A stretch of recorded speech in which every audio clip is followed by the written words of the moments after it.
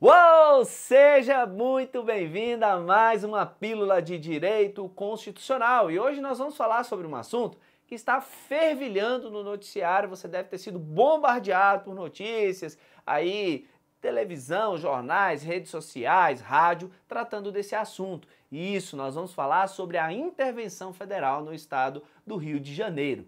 Óbvio que nossa pretensão é gabaritar questões de direito constitucional. Então nós não vamos aqui abordar os aspectos políticos de acertos e desacertos envolvendo a questão, nós vamos aqui apenas tratar dos mecanismos constitucionais envolvidos nesse Instituto da Intervenção Federal. Com certeza esse assunto nas próximas provas de concurso é um forte candidato a cair e cair forte. Então nós vamos aqui tratar desse assunto de forma bem prática e objetiva. Quer aprender comigo? Fica por aqui.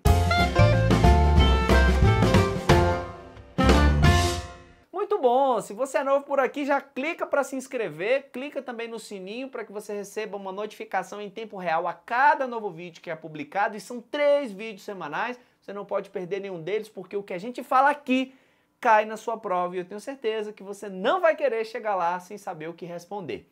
Bem, sobre a intervenção federal, nós temos a seguinte situação. Agora, em 16 de fevereiro, o presidente da República editou lá o decreto 9.288, decretando intervenção no estado do Rio de Janeiro.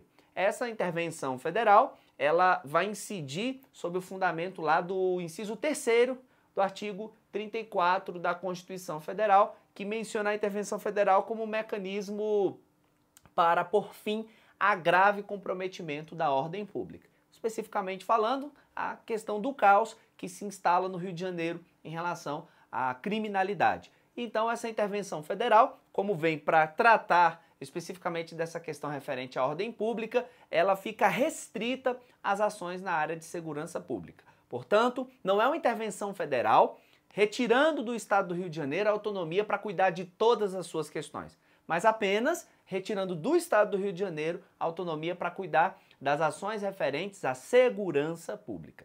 E o prazo de vigência desse decreto é até 31 de dezembro de 2018, pasmem. Enfim, já estou aqui exercendo juízo de valor, vou tentar me conter, tá? Então vamos lá. Bem, primeiro passo é entender essa coisa da intervenção federal. A intervenção federal é um mecanismo excepcional em que o ente federado de maior abrangência vai interferir na autonomia do ente federado de menor abrangência. Por isso que a Constituição permite, em caráter excepcional, a intervenção da União nos estados, Distrito Federal e municípios situados em territórios, também permitindo a intervenção federal dos estados nos seus municípios. Então nós temos esses dois modelos de intervenção. A intervenção federal, que é da União sobre os estados, DF e municípios situados em território, e a intervenção estadual sobre os municípios que compõem aquele estado. A intervenção federal, logo, vê-se que é um mecanismo que fragiliza a federação, porque a federação é a reunião de entes autônomos, cada um segundo aquele mecanismo que a Constituição define de partilha de competências a partir do artigo 21, indo até o artigo 32, 33, acaba sendo fragilizado na intervenção federal, na medida em que o ente federativo vai perder o controle de determinadas atividades durante aquele período da intervenção. Então trata-se de um mecanismo de excepcionalidade, tanto é assim que olha o que a Constituição vai dizer lá no parágrafo 1º do artigo 60. A Constituição Federal não poderá ser emendada na vigência de intervenção federal. Ou seja, tal é a situação de anormalidade que o Constituinte disse, olha, a Constituição não pode ser emendada quando houver uma intervenção federal, no momento em que ela estiver acontecendo. Isso é uma chamada limitação circunstancial ao poder de reforma. Há uma circunstância, a intervenção federal, que impede que o Constituinte reformador altere a Constituição Federal. E aí, assim, a título de curiosidade, há um mandado de segurança que foi impetrado recentemente no STF por parlamentares, questionando exatamente se é possível a tramitação de emendas constitucionais na vigência da intervenção federal. Porque a Constituição diz que ela diz que a Constituição não poderá ser emendada na intervenção federal, mas isso significa que não poderia sequer haver a tramitação da emenda constitucional? Isso é o que se discute no STF. Poderia eu aqui até emitir um juízo de valor a respeito, mas eu prefiro aguardar a manifestação do STF, que de fato ela que vai nos guiar, até mesmo o prefeito de prova, e é muito importante, né, nesse contexto de concurso, a gente não ficar fazendo muita, digamos, muita previsão, dando muitas opiniões próprias, eu falo a gente, nós professores, porque de fato o que importa não é o que eu acho, o que eu penso sobre a matéria, mas como o STF e a própria doutrina vem, aquela doutrina dos doutrinadores mais influentes, vem tratando do assunto. Então, por conta dessa excepcionalidade, a Constituição não pode ser emendada na intervenção federal. Essa intervenção federal, que foi decretada no estado do Rio de Janeiro, é uma chamada intervenção federal espontânea. Por quê? Porque é uma intervenção federal em que o presidente da República, por meio de exercício de sua discricionariedade, de sua margem de liberdade, decide decretar a intervenção federal e uma vez publicado o decreto, a intervenção federal já de imediato produz efeitos. Por isso que é espontânea. O presidente da República, por conta própria, ou seja, de ofício, independentemente de provocação, no exercício do seu poder discricionário, decreta a intervenção. Uma vez decretada, a Constituição estabelece que em até 24 horas o Congresso Nacional deve se reunir e em até mais 24 horas fazer a votação da intervenção federal. Então, 24 horas para se reunir, 24 horas para votar o decreto que institui a intervenção federal. Se o Congresso aprovar, então o decreto vai continuar produzindo efeitos. Se o Congresso rejeitar a intervenção federal, de imediato deve a intervenção ser cessada, sob pena de crime de responsabilidade do presidente da República não tomar as medidas para respeitar a decisão do Congresso Nacional.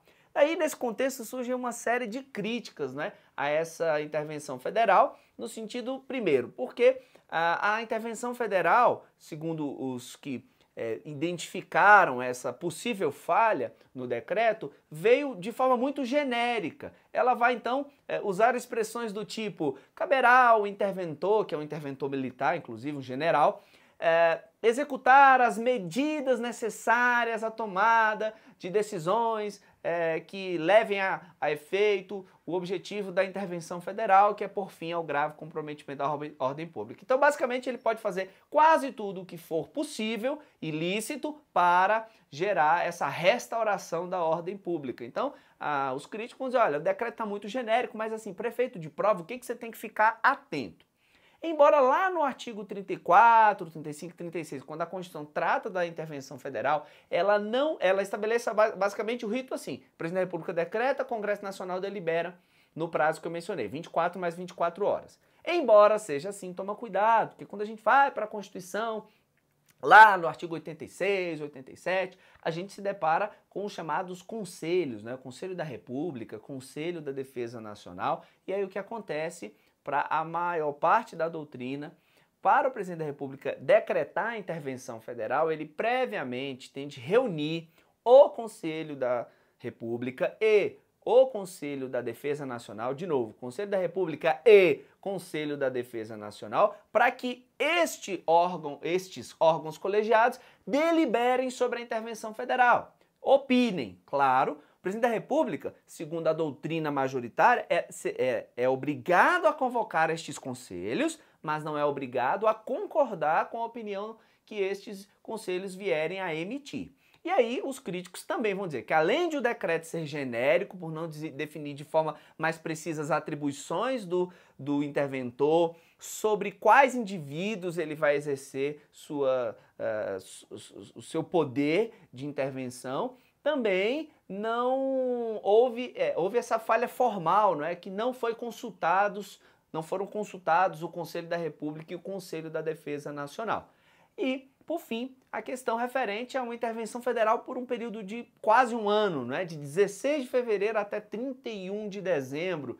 Será que isso aí seria possível durante um período assim tão forte? E aí, será que se antes disso houver um controle em relação à ordem pública, essa intervenção federal ainda vai se justificar e etc e tal? Enfim, eu não quero de fato aqui me posicionar, dizer se eu sou contra ou a favor, mas são estas as críticas ou as principais críticas que se fazem ao decreto de intervenção federal no Rio de Janeiro. E aí, Só lembrando que nesse contexto cabe, sim, ação direta de inconstitucionalidade para questionar esse decreto do presidente da República. Como é um decreto que tem seu fundamento no próprio texto constitucional, ele pode ser objeto de uma ação direta de inconstitucionalidade no Supremo para que nosso pretório excelso, né, nossa Suprema Corte, diga a respeito da constitucionalidade dessa intervenção. Tá bom? Então, basicamente, estes são os mecanismos que você precisa entender, os mecanismos constitucionais envolvidos nessa intervenção. Óbvio que se a gente fosse falar de intervenção federal como um todo, aí nós iríamos aqui para intervenção por solicitação, intervenção por requisição, demais hipóteses de intervenção, mas aí nós teríamos aqui que gastar muito mais tempo do que de fato é interessante para um vídeo como esse, uma pílula de direito constitucional. Gostou do vídeo? Curtiu a explicação? Anotou o que precisou anotar aí? Então, dá logo aqui o seu curtir, clica aqui no joinha, me faz entender que esse vídeo foi legal, que ele te ajudou de alguma forma. Coloque embaixo aí seu comentário, sua crítica, sugestão, mágoa, angústia, rancor, não sei, fala comigo, minha filha, fala comigo, meu filho, porque eu fico muito feliz em interagir com as pessoas que me assistem aqui nesse mundo que é o YouTube. Então, me deixa saber o que você está pensando a respeito desse conteúdo, porque vai ser um prazer continuar te ajudando nessa jornada, tá bom? Então é isso, e aí, só para a gente concluir aqui o vídeo, eu vou deixar aqui na parte de baixo a inscrição para uma aula grátis em que eu apresento o método de estudos que eu adotei quando estudei para concurso e que me fez ser aprovado em diversos, 10 concursos para ser mais exato, hoje sendo servidor da Câmara dos Deputados, e eu tenho certeza que você que está aí se esforçando para passar em concurso, no exame de ordem, vai ter uma série de insights e vai aprender muito nessa aula que é inteiramente grátis. Então eu vou deixar o link aqui abaixo, você clica, escolhe o horário que você quer assistir a aula e eu te vejo lá para a gente conversar sobre esse método de estudos, fazer a exposição detalhada do que consiste o método e também uma aplicação prática, tá bom? Então é isso, eu vou ficando por aqui, aguardo você no próximo vídeo, abraços efusivos do seu professor Eliesley Silva.